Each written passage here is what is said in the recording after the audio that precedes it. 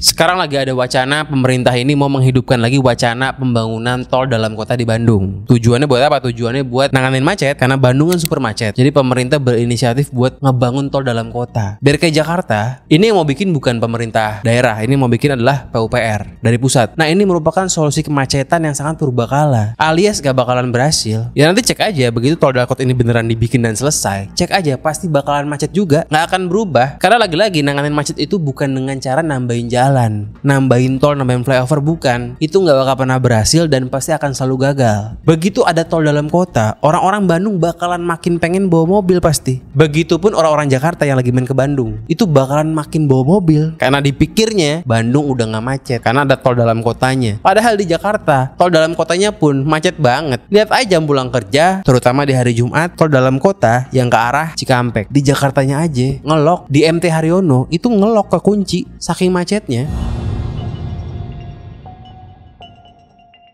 Kalau antar kota gue setuju, tol itu solusi yang sangat luar biasa. Jokowi itu udah bikin banyak tol yang ngehubungin antar kota, itu luar biasa. Tol Trans Sumatera perlu nggak? Perlu banget. Trans Jawa perlu banget, setuju. Tapi kalau tol dalam kota itu mimpi buruk, itu solusi zaman penjajahan. Dan maaf aja nih ya, Bandung itu kalau gue melihat sekilas, itu perhubungannya, jalur jalanannya gitu, perhubungan dalam kotanya itu jelek banget. Macetnya itu lebih parah dibanding Jakarta. Jakarta iya macet, betul, tapi nggak absurd Bandung gitu loh. Betul, Bandung itu ketiban pulung juga macetnya gara-gara orang-orang Jakarta, setuju gua. Tapi ya terlepas dari kehadiran orang Jakarta, memang perhubungan Bandung itu nggak bagus. Pak Ogahnya pun lebih banyak pungli di mana-mana. Pungli itu terjadi karena emang jalanannya itu nggak bagus. Kalau jalanannya bagus, perhubungannya dibangun dengan baik, Pak Ogah itu nggak bakalan relevan. Contoh nih ya, kalau misalnya di setiap persimpangan itu ada lampu merah, pasti nggak ada Pak Ogah. Kalau di Jakarta ada persimpangan di Pondok Labu yang macetnya luar biasa, itu kan ngaco, nggak ada lampu merah, makanya ada Pak Ogah. Jadi pungli-pungli itu hadir karena emang infrastruktur perhubungannya tidak bagus dan Bandung itu buruk. Yang gue bingung adalah wali kotanya. Dulu sempat wali kotanya Ridwan Kamil. Ridwan Kamil ini S1-nya arsitektur, S2-nya urban design. Tapi gue nggak melihat sentuhan urban design di Bandung. Ridwan Kamil ini yang gue lihat dia lebih sebagai arsitek. Ya kalau ngebangun itu ya lebih mementingkan keindahannya, bangun taman, bangun ini, bangun itu, bangun masjid segala macam. Tapi dia nggak sebagai orang urban design yang menghubungkan dari taman ke masjidnya, enggak. Dia cuma bikin bagus tamannya, bagus masjidnya. Itu yang gue lihat. Betul, perlu bangun taman yang bagus. Taman itu merupakan ruang ketiga. Ruang pertama itu kan dalam rumah, ruang kedua itu tempat kerja, ruang ketiga itu tempat terbuka kayak taman segala macam. Tuh ruang ketiga itu tempat orang bersosialisasi. Betul, penting, tapi cara ke tamannya juga mesti dipikirin. Urgensinya itu lebih kepada gimana cara ke taman yang bagus tadi itu, gimana cara ke masjid yang bagus tadi itu tanpa bawa mobil. Itu urgensinya di situ. Suka nggak suka nih ya, omongannya Anies yang bilang alat transportasi yang paling banyak itu adalah kaki, itu benar. Suka nggak suka, meskipun banyak sering dicengin ya, itu benar, nggak bisa dipungkirin. Gua kemarin nggak milih Anies. Gua nggak milih Anies bukan karena Anies nggak pinter, Anies itu jenius. Cuman gua nggak suka Anies terlalu oportunis. Itu kenapa gua nggak pilih dia. Seandainya nih Anies itu menjadi dirinya sendiri sebagai seorang liberalis sejati gitu, dan dia bikin partai, gua akan langsung gabung 100%. Karena Anies itu wawasannya benar-benar global gitu. Dia bikin Jakarta jadi lebih terintegrasi, itu luar biasa. Anies bikin taman juga, tapi nggak sampai situ doang. Anies juga bikin gimana caranya ke taman itu bisa nggak naik mobil. Itu keren. Kita akan membangun di kota-kota transportasi umum yang terintegrasi. Jadi satu, terintegrasi apanya? Rutenya terintegrasi, kemudian tiketnya terintegrasi, dan manajemennya terintegrasi. Nah sekarang PUPR mau ngeluarin duit buat bikin tol dalam kota di Bandung. Salah, mendingan bikin LRT. Mendingan pelan-pelan bikin BRT. Minimal bikin BRT. Betul, bikin tol itu lebih murah dibanding bikin LRT. Dan lebih cepat juga, betul. Tapi sebenarnya kan bebasin lahannya sama-sama susah. Mendingan sekalian aja daripada bikin tol dalam kota, udah bikin aja LRT pelan-pelan. Dengan harapan 20-30 tahun ke depan nyambung tuh LRT se-Bandung. Dengan harapan begitu, nyambung ke WUS, nyambung ke semuanya. Pelan-pelan aja. Memang ada problemnya, dikalkulasi, dihitung, selalu rugi. kesimpulan rugi, nggak berani musan, hitung lagi kesimpulan rugi. Bapak Ibu sekalian, memutuskan seperti itu adalah keputusan politik, bukan keputusan ekonomi di perusahaan. Dihitung untung ruginya boleh, tetapi kalau itu dihitung kemudian selalu rugi terus, apakah kita tidak akan bangun yang namanya MRT? LRT juga sama seperti itu. Betul, BRT di Bandung udah ada. Tapi kan jauh dari kata sempurna, rutenya itu sangat sedikit. Mendingan duitnya, kalaupun gak mau bangun LRT karena susah dan ribet, mendingan udah bagusin aja BRT-nya. Bagusin BRT-nya sampai ke jaring laba-laba, sampai ke semua Bandung itu di kotanya kejangkau sama BRT. Mendingan begitu. Bisa kok orang kaya naik bis, bisa. Kalau bisnya Kopaja nggak bisa. Tapi kalau bisnya itu kayak bis Transjakarta yang merek-mereknya Mercy atau BYD itu bisa, karena bagus. Bis Congtong juga bagus kok. Ada AC-nya nggak gerah. Ya kalau bis Kopaja banyak copetnya, Metro Mini ya nggak mau orang, karatan pula. Tapi kalau bis-bis baru, bis-bis listrik mau, selama dibikin haltenya enak, jalurnya terpisah, dedicated biar nggak macet, pasti mau, bisa kok. Nah nanti nih pilkada 2024 di seluruh Indonesia nih, kalau kita pengen nggak macet, pilihlah gubernur atau wali kota yang punya konsepnya itu people oriented, bukan car oriented. Pilih yang dia itu urbanis sejati gitu loh. Nggak harus kuliah urban design, tapi dia emang paham bahwa solusi buat macet bukan lebarin jalan. Karena kalau pikirannya itu masih ngelebarin jalan, nggak bakal pernah selesai. Semua bisa dilakuin. Ini masalah political will-nya aja. Percuma dia profesor S3 triple degree, kalau dia masih mikir buat nambahin flyover, nggak bakal bisa. Mau dia S3 kebijakan publik di bulan sekalipun, nggak bakal bisa ngilangin macet seandainya tetap mau nambahin jalan. Pasti. Kalau di Jakarta ada opsi rumor-rumornya Ridwan Kamil dan Syahroni. Ini rumor-rumor doang nih. Sebenarnya secara background Ridwan Kamil itu sempurna banget. Dia arsitek, urban design, ini sempurna banget secara background gitu ya. Kalau Syahroni ya gue nggak kebayang deh, gue nggak tahu. Syahroni itu kan ketua klub Ferrari. Gue nggak tahu pernah naik MRT apa enggak. Kayaknya nggak pernah. Kalaupun pernah paling baru sekali. Gue nggak tahu juga. Kalau salah ya mohon maaf. Nah buat Ridwan Kamil gue juga nggak tahu. Selama di Bandung, selama di Jawa Barat, dalam konteks perhubungan, dalam konteks transportasi, bagus apa enggak? Gue nggak tahu juga. Mungkin orang Bandung bisa klarifikasi nih. Bantuin di komen. Apakah RK itu bagus dalam konteks perhubungan dan transportasi? Kalau bagus ya mungkin gue pengen pilih dia. Tapi di Bandung yang gue lihat belum bagus. Bagus sekarang Bandung ada BRT-nya nih. Itu kerjaan RK bukan? Coba komen di bawah dah. Yang penting gubernur itu kalau kita mau ngilangin macet ya, dia tuh bukan cuma ngerti teori doang, tapi ngerti secara ideologis bahwa memang solusinya public transport. Yang nggak bisa kalau dia tiap hari naik Lamborghini, nggak bisa. Dia mesti merasakan memang dia suka naik juga, harus begitu. Kalau cuma tahu teori tapi dia nggak naik ya susah. Kalau dia melihat dunia dari dalam mobil Lamborghini, dia nggak bakal paham.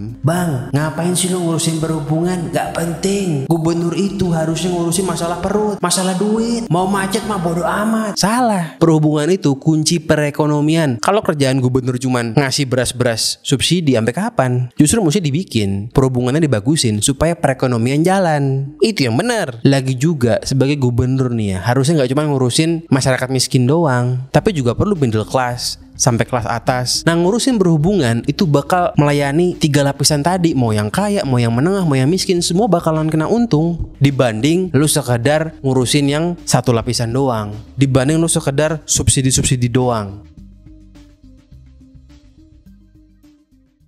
Di seluruh dunia kalau perhubungannya baik, kalau tidak macet, UMKM di sekitarnya itu pasti bakalan naik omsetnya. Lebih ekstrimnya malah based on study, based on fakta. Kalau kita bikin jalan yang bebas mobil, car free street, kita blok jalannya, jadi cuma bisa orang jalan kaki doang sama naik sepeda di situ, itu secara studi maupun fakta, itu pasti UMKM-nya omsetnya naik. Mau di London, mau di Belanda, mau di Jepang, dimanapun, bahkan sampai di Sudirman, pasti begitu. Di Sudirman di Jalan Blora, itu per November kemarin dibikin jalannya itu car free street, di blok jalannya. Dulu kan di Blora itu kan bisa lewat tuh ke stasiun Sudirman, sekarang udah nggak bisa. Dulu kan juga di Blora itu kan bisa muter tuh ke Jalan Pelaju, sekarang nggak bisa juga, itu udah lama sih. Di Blora sampai ke Pelaju itu dibikin full car free street tuh. Nah itu gue tanya di sana sama abang-abang warung bubur Sunda, dia bukan PKL ya, dia warung. Gue tanya, naik gak omset lo akhir-akhir ini? Naik. Fakta. Nggak bisa dibantah. Si abangnya pun nggak paham kenapa omsetnya naik, karena mobil nggak lewat depan warungnya lagi dan orang gampang jalan kaki di sana, jadi laku, omsetnya naik. Itu bukti bahwa perhubungan kunci perekonomian. Tapi apakah dia doang? Enggak. Gue juga nanya ke PKL yang jualan di trotoar, tukang cendol durian, Bang Mamat namanya. Gue tanya, Mamat, naik nggak omset cendol durian lu? Naik bang, naik. Dia nggak tahu kenapa, tapi jawabannya karena nggak ada mobil. Aneh sebenarnya kalau dipikir secara logika, kok nggak ada mobil jadi laku? Iya, nggak ada mobil jadi laku. Kalau nggak nggak ada mobil, orang yang tadinya pergi dari katakan Sudirman ke Lebak Bulus setiap harinya, dia kan naik mobil, dia nggak berhenti di mana-mana. Uangnya juga habis buat bensin dan habis buat terapi mental health karena stres kena macet. Kalau dia naik angkutan umum, dia nggak stres-stres amat kayak naik mobil dan dia akan berhenti. Saat dia berhenti itu di tempat yang nyaman, yang gampang jalan kaki, dia bakal cenderung lebih beli sesuatu. Itu kenapa omsetnya pasti lebih naik. Dan gak cuma di Sudirman doang, tadi gue bilang, kalau kita ke Osaka tuh, gue lupa namanya jalan apa di Osaka itu yang ada gambar LCD orang lari itu, kartun lagi lari itu di Osaka itu kan Car Free Street tuh. Itu juga di sana UMKM maju gara-gara nggak ada mobil di situ. Coba kalau ada mobil, ya nggak akan selaku kayak sekarang gitu. Begitupun di Bandung kalau di Braga, begitupun di Jakarta kalau di Blok M. Meskipun bukan Car Free Street, tapi karena perhubungannya baik, orang gampang jalan kaki, pasti UMKM-nya lebih laku dibandingkan dengan jalan yang trotoarnya hancur total, busuk, susah pasti. Ada juga di Depok. Depok itu kan sekarang di Margonda trotoarnya kan bagus tuh, lebar-lebar. Masalahnya kalau di Depok adalah dia putus trotoarnya. Jadi di Margonda doang yang bagus. Karena putus juga ya akhirnya yang bisa beli UMKM dengan jalan kaki ya orang Margonda doang. Kalau dari Juanda sana mau ke Margonda jalan kaki kan susah. Mau naik angkutan pun juga bingung. Itu kenapa perlu perhubungan yang baik. Gak cuma bagus doang trotoarnya tapi juga terhubung. Kayak Sudirman itu terhubung. Dari mana-mana mau ke Sudirman itu bisa karena emang terhubung. Begitupun di Blok M itu terhubung juga meskipun belum Car Free Street. Tapi kalau sampai Car Free Street based on studinya pasti lebih baik lagi. Tentu Car Free Street itu nggak bisa dibikin di semua jalan, tentu nggak bisa. Di tempat-tempat tertentu tuh bisa dibikin tuh. Jadi mesti ada studinya dulu. Tapi kalau emang bisa, emang layak, harusnya dihajar karena pasti bakal baik. Tapi bang, kalau kita beli mobil kan itu kan ada pajak buat Pemdanya tuh. Betul. Ada pajak buat Pemda, bagus buat kota. Tapi dengan lu beli mobil, beli motor, meskipun lu bayar pajak, lu juga ngerugiin Pemda. Pemda itu mesti ngurusin polusi dari kendaraan lu, mesti ngurusin macet dari kendaraan lu, ngurusin macet, bikin flyover, nambal lubang jalan, ngurusin polusi itu kan nggak gratis. Nanti kita bakal bahas di video selanjutnya nih. Sebenarnya orang yang punya mobil, meskipun dia udah bayar pajak, dia itu lebih merugikan kota dibanding yang jalan kaki. Meskipun yang jalan kaki itu nggak bayar pajak. Gue sih nggak anti mobil, gue juga punya mobil. Gue punya mobil, gue punya motor, tapi gue nggak sering pakai. Akhir-akhir ini gue nggak sering pakai nih. Ya biar aja orang punya mobil 10, 100, 1000 selama garasinya ada, biar aja bayar pajak, tapi jangan dipakai. Nah itu lebih baik tuh. Jadi nggak nyumbang polusi, nggak nyumbang macet. Itu baru pahlawan tuh buat kota, pahlawan devisa namanya. Orang yang pakai Ferrari, pakai Lamborghini itu pahlawan tuh. Dia punya mobil mahal pajaknya, tapi nggak pernah dipakai. Itu pahlawan. Tapi kalau yang pakai mobilnya tiap hari, udah gitu pajaknya juga nggak dibayar, udah gitu pakai BBM bersubsidi, itu mah parasit. Kalau seandainya misal sebuah kota nih bisa ngurangin pemakaian subsidi bensin tuh di kotanya, itu kan pasti prestasi. Kalau dia bagusin transportasi umum, otomatis orang bakal berkurang yang naik mobil. Dengan berkurang orang naik mobil, subsidi bensin di kota tersebut pasti bakal berkurang. Nah begitu berkurang, ini Pemkotnya bisa minta rebate ke pusat. Pusat, gua kan udah bantu lu nih untuk ngurangin subsidi bensin di kota gua. Bagi gua dikit dong duitnya. Bisa begitu, bisa minta rebate semacam itulah.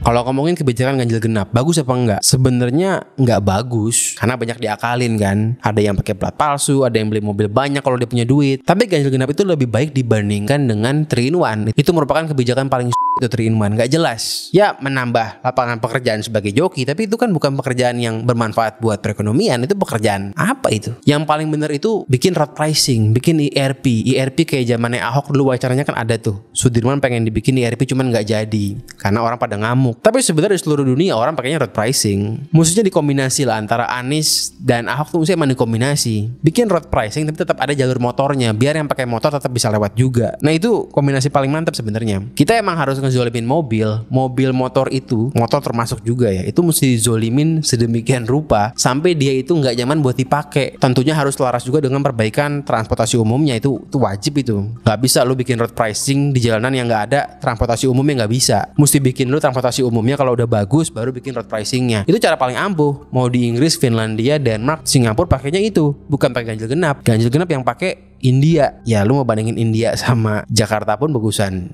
Jakarta dibanding Delhi. Lu mesti berkaca kepada Inggris. Di Inggris pun negara maju tuh, warga-warganya pun awalnya begitu ada wacana road pricing, mereka marah-marah juga sama kayak kita, nggak ada bedanya. Kita nggak buruk, kita sama juga, kita marah-marah juga sama kayak orang Inggris. Tapi begitu road pricing diterapin dan mereka melihat bahwa ini bagus, ini benar-benar ngurangin macet, ya mereka terima.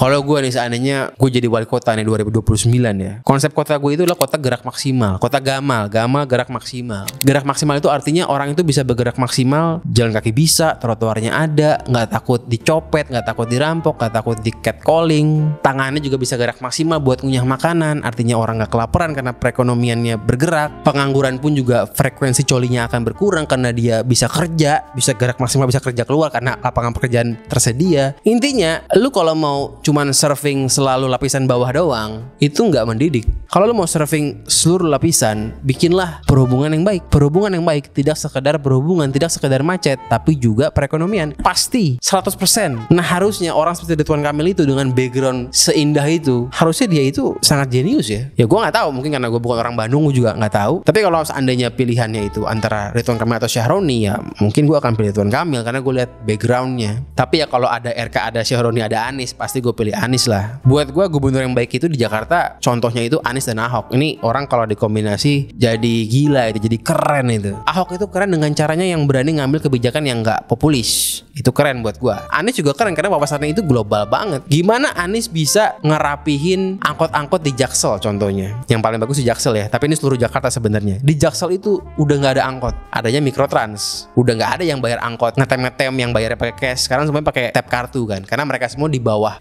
Jaklingko. Gimana Anies itu bisa ngilangin mafia angkot itu sampai mereka mau dibikinin Jaklingko seluruh Jaksel. Itu luar biasa. Di Jaktim juga ada sih, cuman nggak sebagus di Jaksel gitu ya. Lagi-lagi Anies ini masih belum kelar kerja di Jakarta. Dia baru fokusnya itu masih di Jaksel, Jakpus pun juga belum seluruhnya. Jadi sebenarnya Anies itu layak diberikan waktu 5 tahun lagi. Lagi-lagi gue nggak bisa berhenti untuk muji Anies. Gimana dia bisa berkolaborasi dengan kota kolaborasinya, ngilangin mafia angkot sampai bisa bikin Jaklingko sebagus itu di luar nalar. Cuman yang mesti dikurangin dari dia adalah sifat populisnya. Dia terlalu populis. Kita juga butuh sifatnya Ahok yang satset gitu loh, yang tiba-tiba tuh kalau ngerjain sesuatu tuh beres. Itu tuh yang penting. Ya begitulah pokoknya. Gue tidak sabar nih menanti pilgub di Indonesia, pilkada, pilwalkot, pilbub, terutama di Jakarta nih ya. Gue pengen lihat siapa yang nyalon. Gue sangat berharap ada Ahok, ada Anies, biar gue pusing memilih yang mana. Kalau nggak ada mereka, gue nggak tahu harus pilih siapa ya.